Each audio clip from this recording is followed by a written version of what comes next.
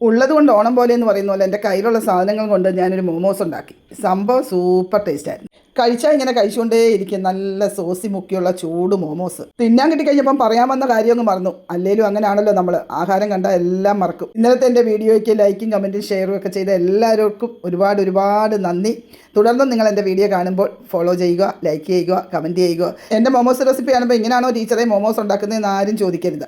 ഇതൊരു തട്ടിക്കൂട്ടിയ മോമോസാണ്. ഇത്തിരി മൈദാമാവ് എടുത്ത ഉപ്പ്, വെള്ളം, ഇച്ചിരി നെയ്യും ചേർത്ത് നന്നായിട്ട് കുഴച്ച് വെക്കുക. ഫ്രിഡ്ജിൽ കുറച്ച് ചിക്കൻ ഇരിപ്പുണ്ടായിരുന്നു. അത് കുരുമുളകും ഉപ്പും ചേർത്ത് പുഴുങ്ങി ഒന്ന് അരച്ചെടുത്തു. ഫ്രിഡ്ജിൽ ഇരുന്ന വെജിറ്റബിൾസ് എല്ലാം ചെറുതായിട്ട് അരിഞ്ഞ് ഒരു ബൗളിലോട്ട് ഇട്ട് കൊടുത്തു. ഇതിലേക്ക് നമ്മുടെ ചിക്കനും ആഡ് ചെയ്ത ശേഷം കൈ ഇരുന്ന soya sauce, chilli sauce, tomato sauce ഇതെല്ലാം ചേർത്ത് നന്നായിട്ട് കുഴച്ച് ബോളുകളാക്കി മാവ് പരത്തി റൗണ്ടിലൊന്ന് കട്ട് ചെയ്തെടുത്ത് ബോളുകളെല്ലാം അതിനകത്ത് വെച്ചൊന്ന് പൊതിഞ്ഞെടുക്കാം.